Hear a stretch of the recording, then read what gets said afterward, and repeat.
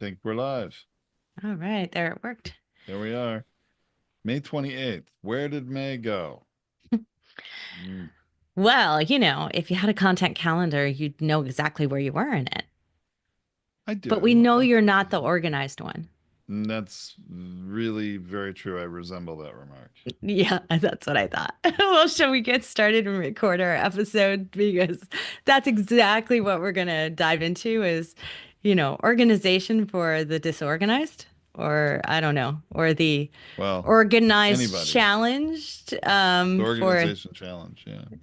the organizationally challenged. I don't know. All right. Or for the organizationally resistant, maybe is probably more the case. Okay.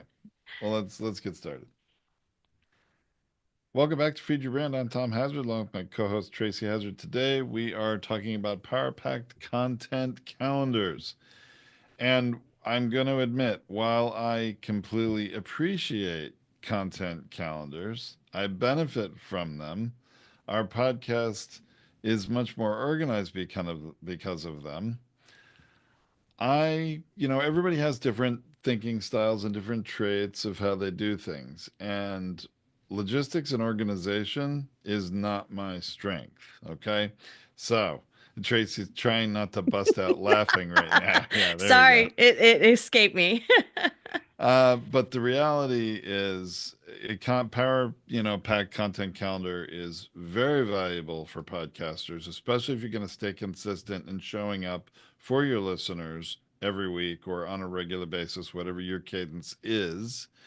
And I'm going to admit, while I benefit from it and I appreciate it, I am not the authority here. Tracy very much is the authority on this. Different people think in different ways. I'm very strong in the creative side of things, very strong on even just numbers, bottom line stuff, and even sort of, communication, language and communication skills with people. But when it comes to logistics, it's my kryptonite. So Tracy's one of those people that's very strong in all those different areas, and she sets all this up, has tremendous experience and knowledge and tips to share with all of us today on Feed Your Brand. So I hope you enjoy it. So Tracy, I'm going to be the sidekick on this one. You're going to drive it, right?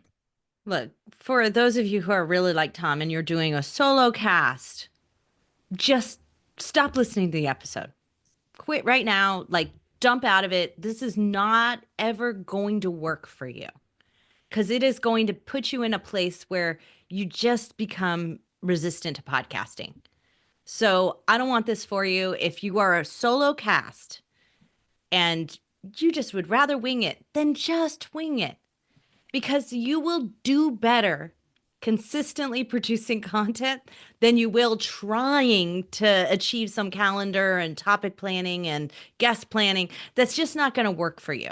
So if you're doing a solo cast, totally do that. If you're doing guests and you've got a constant flow of guests and you don't need to have guests put onto your calendar, then also dump out of this podcast and stop listening too. But if you do want to plan your guests, you want to make sure you have enough steady coming in, then at least maybe consider listening in a little bit longer on this before you dump out of it. The other thing I'd like to suggest for those of you that may be more like me in where your skill sets lie and your interests lie or your abilities lie, maybe we'll say that. Maybe this podcast isn't for you, but it may be for your assistant, your VA, your executive assistant, someone else on your team that fills that role for you. Because guess what? You could still be a business owner, you could still be a leader, whatever it is your endeavor is when you don't have these skills. But you need to recognize you don't have the skill and you need to get some support from those that do have it. Right. And so, right up front, I want to say is that shows that have a consistent content calendar do better. They do better long term. They have achieved more organic keyword growth. They have more listeners. And the reason is simply because they're tapping into what people are looking for right now because they are content planning. That doesn't mean you can't have a really successful show. It just means that the planning adds a significant amount of value that it's worth doing. So, Tom's right. If it's worth paying an assistant for, then definitely think about doing that. If it's worth the stress in your co-host relationship to have one of you do the planning and one of you not, then go ahead and do that as well. I say that with the caveat that this is the crux of the problem with co-hosting, that where it can very easily fall apart because it feels like one host is pulling the other one along with them. So be really careful about separation of duties and all of those other things that might come along with one person having to spend a much more heavier, intensive pre recording time, right? This is prep that happens prior to recording. And then maybe the other one takes the post recording side of things so that it balances out for the both of you. So just think about that really carefully if you're going to undertake this, that it really doesn't work as easily with two people. It just like, oh, I'm going to trade off. I'll do this week, you do that week. It doesn't always work out. Have one of you do one part of this or all of this. I agree with that, and I have experience costing not just with you, Tracy, but with another for a couple of years that I did on a podcast. And you have to divide duties. Now, we both participated in planning the content. One, not so much the calendar, but the order of things that we recorded and what those topics were. When it came to execution after the fact, that was actually all on me, surprisingly, the less organized one. But anyway, it worked. So yeah, I agree. Just wanted to put some emphasis on that point. Don't trade off. You do this week, and I'll do it next week. It won't be consistent. It'll come through in the content and what your audience hears. Do the same tasks, divide and conquer, but do the same tasks consistently. So I'm going to say that there's a couple of shows out there that are set on this model where it actually does, work. But for the most part, it means that you just get a rotation and you get a week off. And that is one where it has rotating hosts or rotating hosts in the hot seat, if you want to think of it like that. But those are rarer models and they usually have a lot of pre-production to support and help in order to make them work. So I want to just touch quickly, Tom, on the guest planning side of things. For the most part, I don't know a single show that I could name off the top of my head that doesn't just come in as first come, first serve, first booked on my calendar, first published kind of model. Maybe when you get a bunch of them banked up, you might shuffle around your order of things. But for the most part, anyone with a guest is sort of getting that steady flow through, and they take the recordings as they come. Or like I said, they might shuffle them slightly on the back end, but close enough to that. So you're saying people aren't necessarily planning what guests they're going to have when. They end up recording and publishing guests in the order in which they get them, in the order in which they record them most often. Is that what I'm hearing? Most often. It doesn't mean that you're not going to be out there and planning the guests that you want to outreach to, but the timing by which they book on your calendar tends to dictate the content calendar on a guest interview model. I guess I would agree with that. That tends to happen, unless they're very, very highly produced shows, like for, political figures, nationally known celebrities, where they're really planning things differently. But for most of us independent podcasters, I think that is the case. And But I although think even that kind of highly produced model, it's still based on a schedule of availability.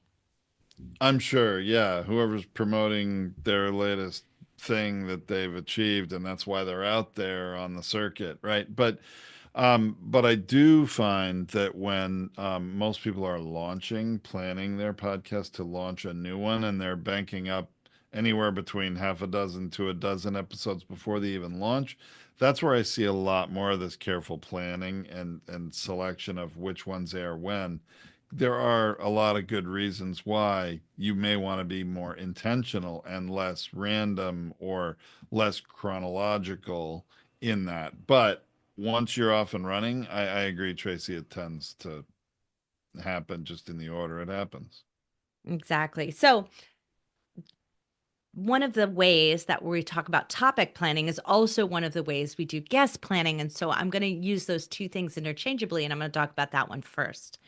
So this is the competitive brainstorming model.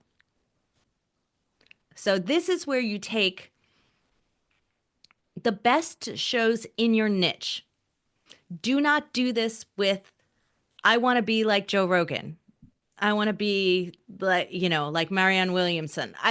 You don't want any of those models where you're trying to achieve something and you want to benchmark a show that is just not really at the level that you're playing at right now because you're trying to plan content that's going to happen in the next month or in the next couple of months. You're not trying to plan for content out there 2 years from now where you aspire to be. You need it to be right where you are. You want to be a step above where you are, but you don't want to be a mile.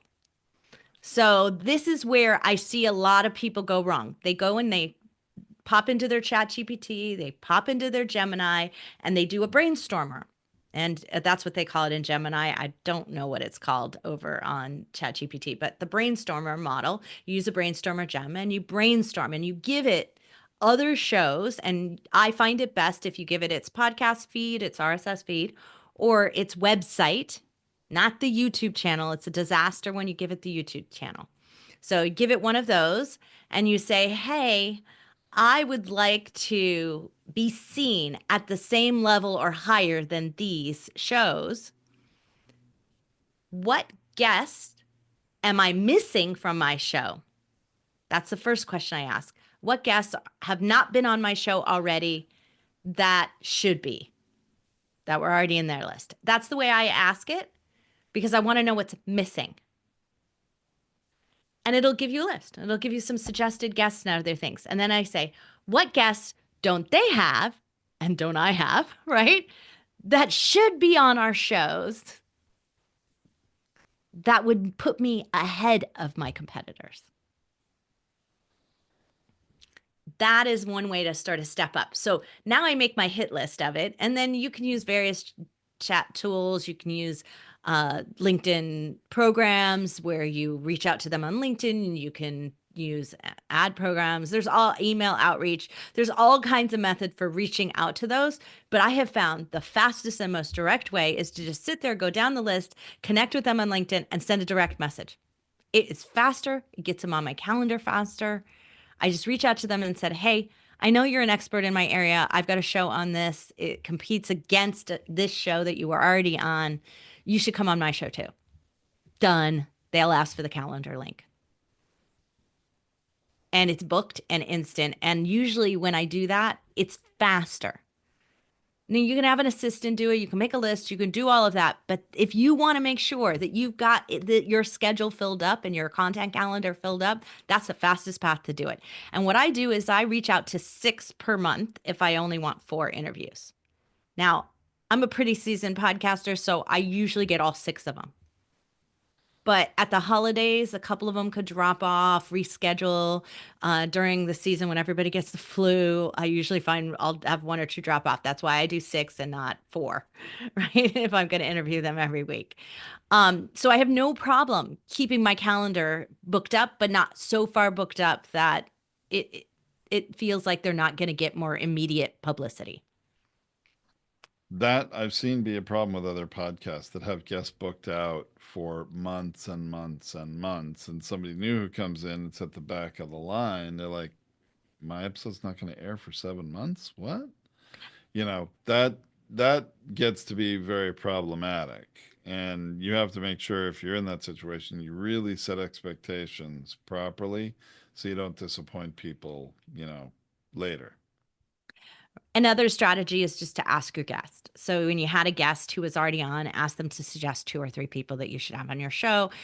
Chances are they'll at least give you one, and you'll be good to go and kind of continually replacing your list at that time. And you can ask for a personal introduction, or you can just say, would it be okay if I reached out to them and used your name? Simple like that. Very helpful. Tracy, a lot of new podcasters are also very apprehensive about asking for people they perceive to be really big in their industry to be guests on the show, like the CEO of a company or something. And I'm often really recommending they don't be shy and they really reach out to whoever it is they really do want to be a guest, regardless of if they think they're sort of out of their reach of sorts. Now, having said that, I do agree with you what you said before that when people are comparing their show to others, I think it's best not to compare yourself to the top 12 shows in the country. I mean, that aspiring to be them is probably not practical because guess what? They're paid for by big production companies. They have massive staffs of people getting their guest book and planning those episodes. It's not the same as what the majority of independent podcasters are doing. Yeah, most of their guests are coming through booking agencies. Many of them, if they're not coming through that way, are paying to play. So it's just a different model. And if you want realistic guests for your show and you want them to be consistently flowing in and consistently valuable to your audience, then play at the right level. And it's not that you can't meet someone like that at an event and invite them in. Absolutely keep reaching. Call it your dream list, whatever it is, your hit list. And you go out there and what is the list of from Friends, the list of the people that you're allowed to The list? yeah, the Oh, list. What is that called? I think they just said, You're on they're my on my list. list. I think it's Right? all it was. I think in the Yeah. modern vernacular, I've learned from, I have some siblings that are quite a bit younger than me, sort of the next generation, millennials or whatever, and they call it the hall pass. The hall pass. Yeah. That's what I'm talking that's what I'm talking about, right? So you should have that list, right? And so it's this is for the practical, let's keep my podcast busy, right? Let's keep my podcast consistent feeling. That's what we're talking about today is let's keep our content calendar packed. I'm going to dump everything and move it all for the right guest. For the right topic too. That's the other thing is everything we do here shouldn't be so inflexible that you can't just shift it because you got to, as Tom calls it, call an audible, right? You got to call an audible and you got to move something because something massive happened in your industry. Something massive happened and you need to make the adjustment and have a conversation about it. So everything that we do here is not meant for those things. This is meant for just making sure I have my pipeline filled with guests and with topics. And so right now we're talking guests, but we're going to talk topics in a moment. The other thing is that I like to have this list, and this is the same way I do the content calendar for topics, is I like to have 52 guests on my list. I want to know I have a year's worth. And when I get down to half a year, I do another half year. Like this, so this is how I start a show, right? I start a show with 52. When I hit 26, I fill it again with another 26. So I do it twice a year, not once a year. But when you start your show, you'll do it that first time with the full 52, or when you start your content calendar, if you've never done this before, right? And I do that because I don't want it to get outdated. So I don't want it to be so old. Like if I did a year at a time and then sat down and done another year, there might have been a lot of industry shifts in that time period. There might be a lot of players that have emerged into the market and I might miss them. If your market is changing so quickly, like let's say you're in crypto or in right now in real estate and finance, um, in AI, any of those industries are moving very quickly and you need to keep up. So you might need to do this on a quarterly basis. That's your choice as to the pace of this might be that. But whatever it is, you want to plan for, I'd say 1.5 times what you need. So that's that's why I say like 6 per month, right?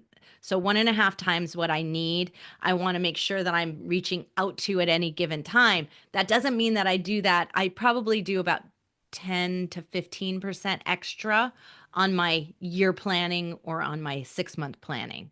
So I don't really go that far beyond it because I know it'll start to stack up after a while. But in my outreach or in my planning, I'm usually planning 6 ahead. So the list that I build from this guest is that I do hand it over to someone and say, give me all their LinkedIn profiles. I hand it over to an assistant to do that, or give me all, give me all their email addresses, go find it. I do give that to somebody else to do for me. And I reach out to the ones I know first, or I know someone who I can get an introduction to, I'll do those first on my list because they're the easiest to do. And I want to make sure that I keep it moving. But by the second month, when I'm doing my outreach, my assistant has already filled in all of the gaps of what I have, or given me a list of the 6 people that I don't have. And then I go out and I reach out to my network and I go, does anyone know these people? Like, I really want to invite them on my show, be a hero, and help me connect with them to give them publicity. No one is going to refuse to do that. They're going to reach out and help you because you've now made them the hero. Well, and the more you do this and the more people you've touched and reached, the bigger your podcast experience network gets. The more that, things are going to happen. And, you mentioned calling an audible. I called an audible a few weeks ago, Tracy. Remember when I had a, customer reach out to me by text message, ask me a question about their new show cover art, which was already done, and then they changed it. And I looked at it and I went, uh-oh. And I realized, wait a second, here's something we've never talked about on Feature Brand before.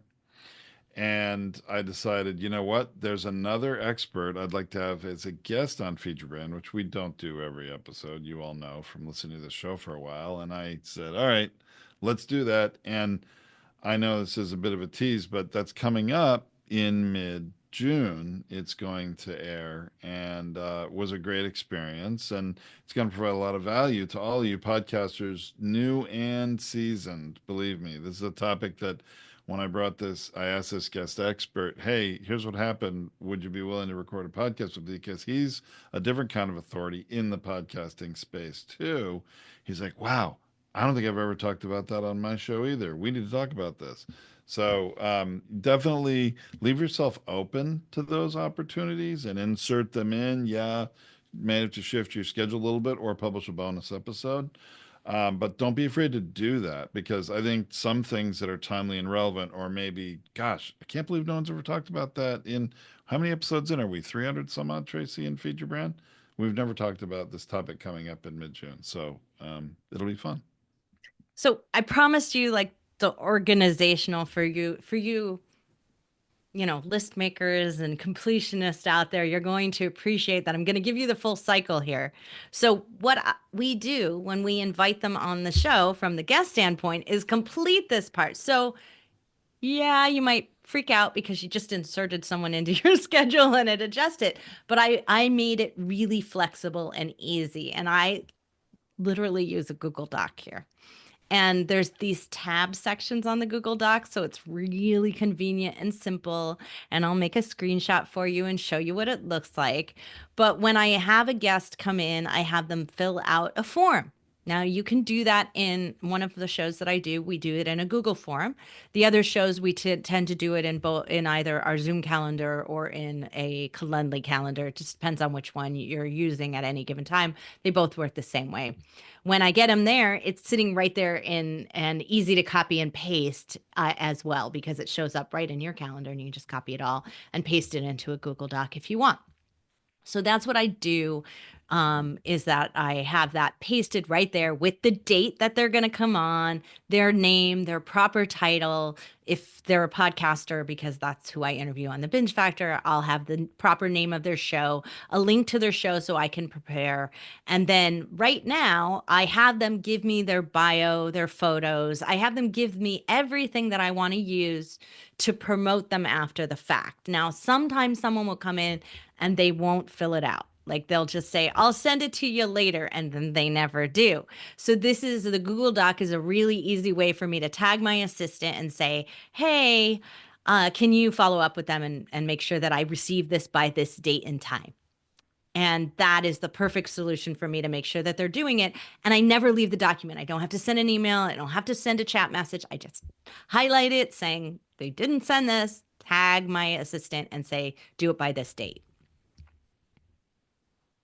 That's entirely too organized for me, but okay, that's great. I'm glad you do that because I think I get all those Google emails saying you have a task or you have something to review, and it's like, all right, I'll get to that later. So I rarely tag Tom because Yeah, because I'll have to follow up with him to get him to do it. So I rarely do that, but it is there so that when he does have a task, which he does on our weekly coaching call, when I get to the topics, I'll tell you about that some more. But when I tag him there, I just know that it'll make it easy for him to jump to the section where he's highlighted so he doesn't have to think too much when he does finally get to the document. But for that is some very people, you will have helpful. to remind them. No, that is very helpful. Yeah. Yeah, absolutely. So, anyway, because so many people do a really terrible job of writing their bios in a concise way that you can introduce them on a podcast, uh, I have found that dumping this into the Google Doc and using the Gemini AI tool is really the fastest, most convenient, and easiest way for me to do this. And because I do it all the time, Gemini's really, it gets to know you if you've got your Chrome profile up or if you've got your Google and you're logged into your Google Drive, right? Into your Google account. It gets to know you really well and it'll do it after the first few times. It'll do exactly the way you want. You don't have to give it a lot of instructions. So this is something that I like. So if somebody gives me their About Us page on their website, all I have to do is highlight that and ask it to go give me a short podcast introduction style bio. That's all I ask for. It knows my show. It knows what I'm asking for. If I'm asking for clients or I'm asking for a different show, I am clear about it. So I say a binge factor style or an emerging managers style. They're two different styles, actually, in the way that I introduce. In the emerging managers, when we introduce our guests over there, it's about stroking their ego. In the binge factor, it's about their show and what they learned from their show and what they can give to other podcasters. So it's more outwardly focused. So they are slightly different introductions and the emphasis is different. And Gemini gets that when I say which show it's for. That's all I have to do if you're running multiple shows. So if you're an agency, you can do this. And so what I do there is then it just drops it in and I just like click add to doc and it's there and it's in the doc and it's all ready to go and I don't have to think about it and our team will use it to create the blog as well. They'll use that same section there. And so this is something that I have found is really easy. If you want to go further and you want it to like, what kind of topics should I ask this guest? What kind of questions should I ask? I try not to prepare questions, but I usually ask for the type of questions I should ask because Tom and I do not believe in questions. But if you want to go for further prep, is this someone you've never met before? You can ask some background things about them too. You can just say, hey, give me a couple of bullet points about them, that unusual things that I may not know that you pulled from their bio, even though you didn't give it to me in my introduction, is like, what kinds of personal things are they interested in? And anything that you might want to tell is like, oh, they ski. Oh, I ski. Okay, this is a great conversation starter. So these are some of the things you can add to this if you want to be a little more robust and you're doing your own prep. So we used to have an assistant when we first started our very first show who would do all the prep doc for us and would give us stuff like this, like, oh, here's a cool thing they 3D printed, and here's something, cool to know about them and why they got interested in 3D printing. So they'd give us some of those background things that would help us have a really great jump start to the conversation. And then we would wing it from there because that's what Tom and I do best. And I'm really great at doing interviews and asking questions.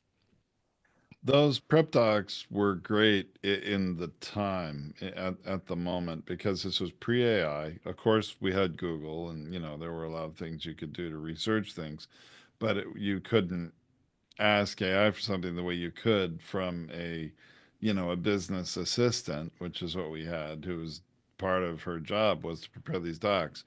Very helpful, but it's also something that really not necessary so much anymore. I mean, it depends on the show, obviously, but I think AI can do that so easily now. Yeah. So I'm just going to give you the basic framework of this like crazy doc that we've got going on here is I keep it all in one doc.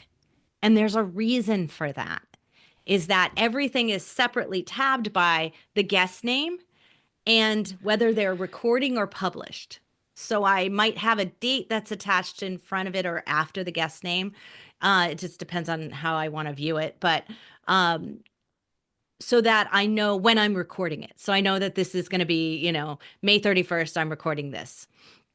And that would be very clear to me. But afterwards, I'll strip off that date, leave their name, and put it into the publication schedule on the publication time, because now this doc is all ready to go, and I can add anything that the guests promised me, dropped into the chat, any links that they might have given me. I can add it right into that doc as I'm doing the interview or right at the end of the interview, and add all of that so it's all ready to go for post production, for it being able to be a really well linked and connected and referenced blog post or podcast description, depending on what you're doing with it or if you're doing both.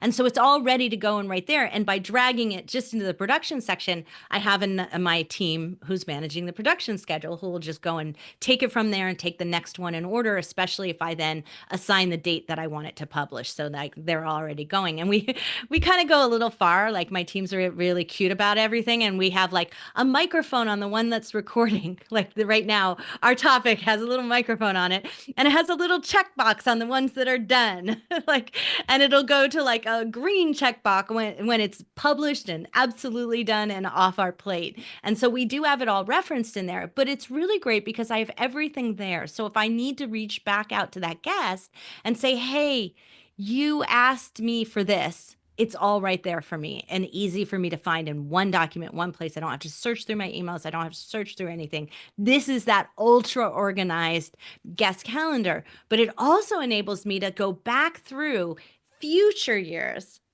and go back through all of my episodes from the year or from the 6 months, because we archive it about every year just to make it easier on ourselves from a searching through the document standpoint. So like when we hit 52, it's like way too many tabs. But and we kind of with guests, we tend to do it about every 6 months. We will archive them, but I'll have it there. And what it means is that I can go back and we can have the team go and do a best of and screen through, find out who's still podcasting, how to, and just easily reach out to them without having to search and find in any way, shape, or form. And because a lot of that stuff doesn't end up in the podcast, it ends up separate from that.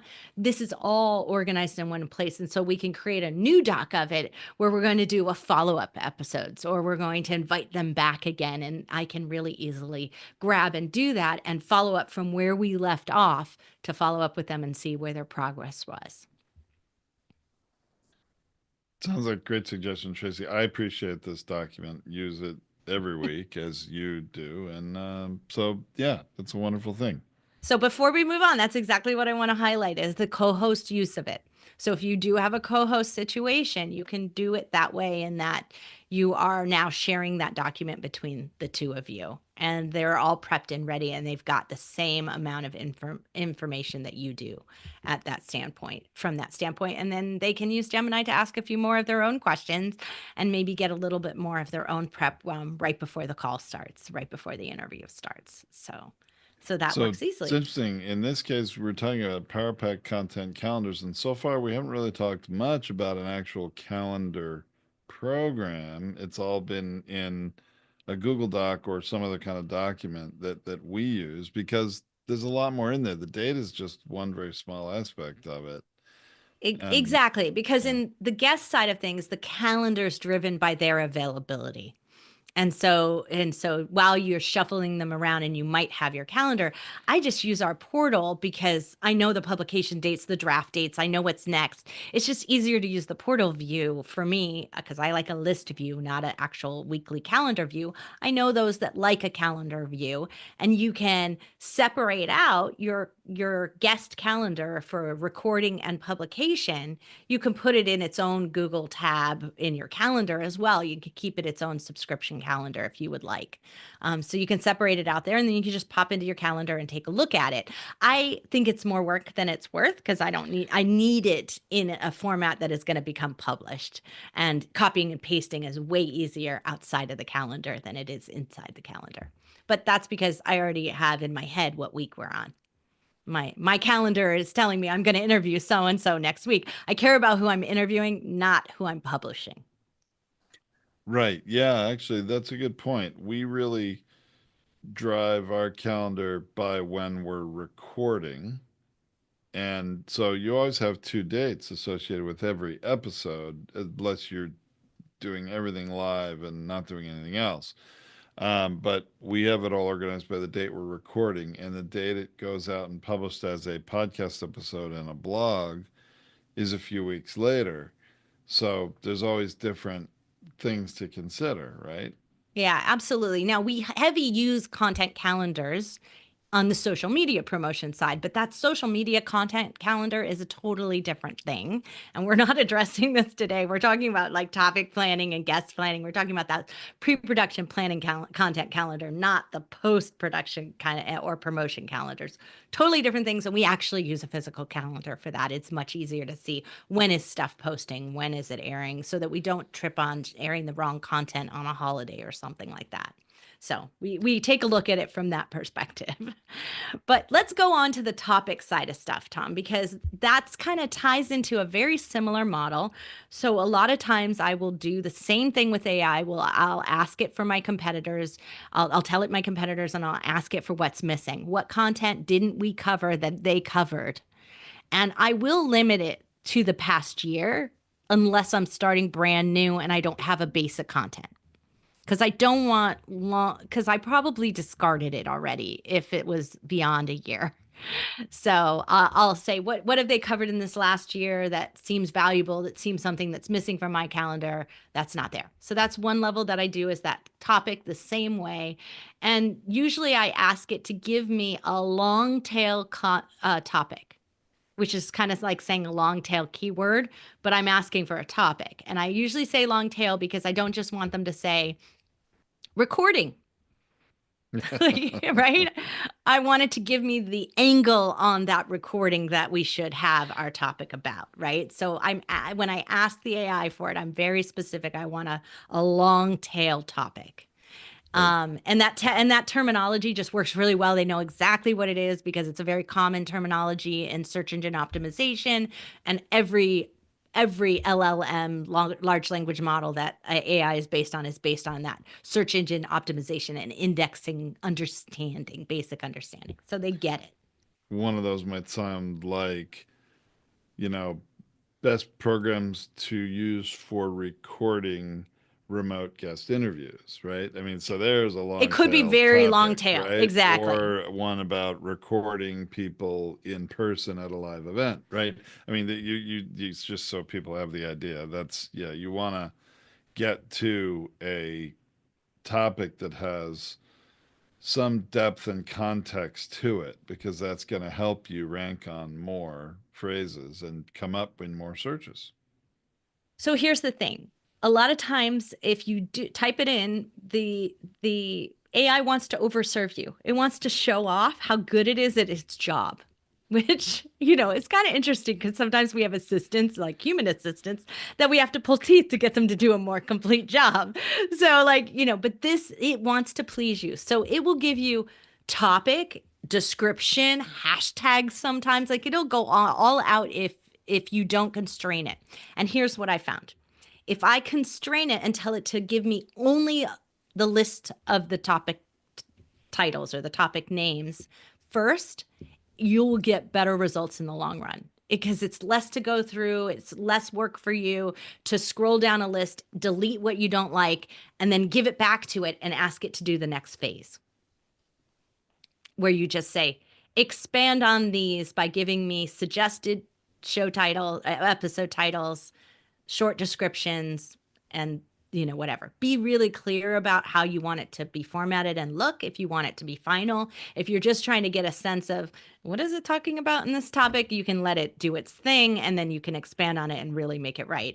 So I do it that way. I keep it simple because I know I'm going to sit there and put my own thought against every single one of them so that I get our viewpoint, our angle, which is not necessarily the industry norm. We might take a topic that a competitor covered, but we want to cover it from the perspective of business podcasters, or cover it from the perspective of podcasters who are on their own and don't have a production staff doing it, right? So we want to make sure we cover it in our way, and if it's trolling our competitors, it's going to just give us the exact same regurgitation of what they did. And that's not where I want to be. So I keep it simple and I just ask it to give me the keywords and a couple of lines about those once I'm ready to expand on the topic list that I kind of liked those topics, or I want to hear more about those topics. And I ask it to do 25 at a time, 20 to 25 at a time. I don't ask it to do me an entire year's worth.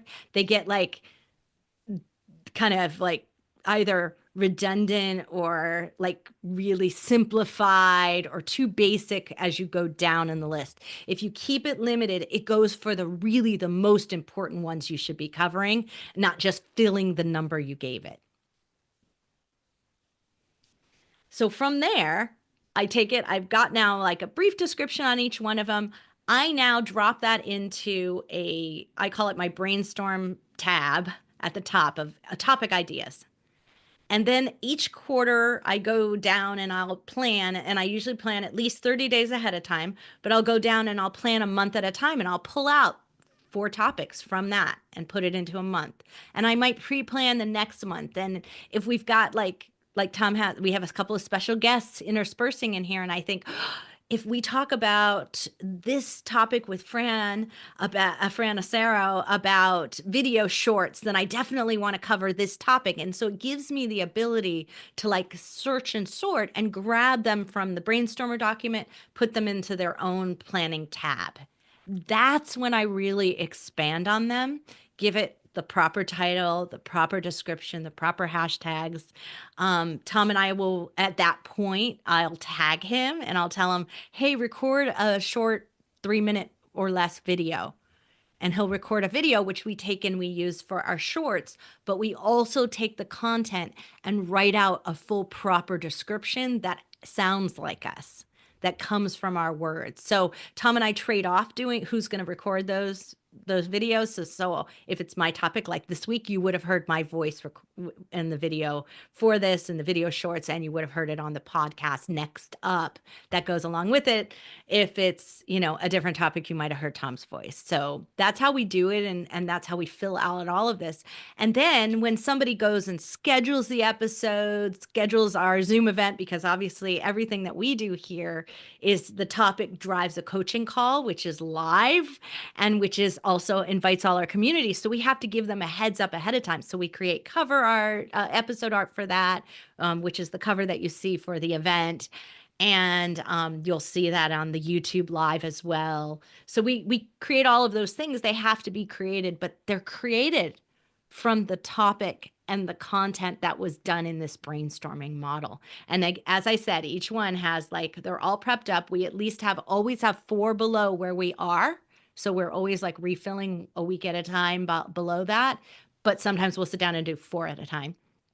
And we're always pulling from that list, but not pulling so far ahead. Like we didn't just go ahead and set every week of the month and every week of the year. We didn't go out and set that because we want to be responsive to where the issues are going on, what's happening in our market. We want to call those audibles, as we were talking about before. Winging it. We want to wing it. Well, because we don't want to lose the total spontaneity of our show. If it was pre-planned, I wouldn't be able to get you to focus. Like you would hate it. It wouldn't be fun for you anymore. I was like, oh, do I have to talk about that this week? No, I want to talk about something that energizes and excites me. And I know is going to engage our community, right? I know that they need this right now. Couldn't agree more. So we used to do themes, and I want to address this before we end today. We used to do themes. And when you have an entire, when you're planning a daily show where you have 5 days a week and you have a show and you have a guest in there, themes might be an actually really great idea for you to help you round out the subject matter. So even if you're doing 2 to 3 episodes a week. So if you've got a guest and you talk about this, you might want your corresponding solo cast to be thematically matched, right? Yes. Right? Or it could be the counter topic. It could be the opposite, right? It depends on how you're running your show. But whatever it is, they're playing off of each other. So your guest is the lead because it's getting booked based on their calendar and their schedule, but all your topics are coming in because they're a response to that. So that makes it fairly easy. You can also do the same thing though if you've got like you really want to have a coaching a topic and then you want to have like ancillary things that you might cover across the rest of the week.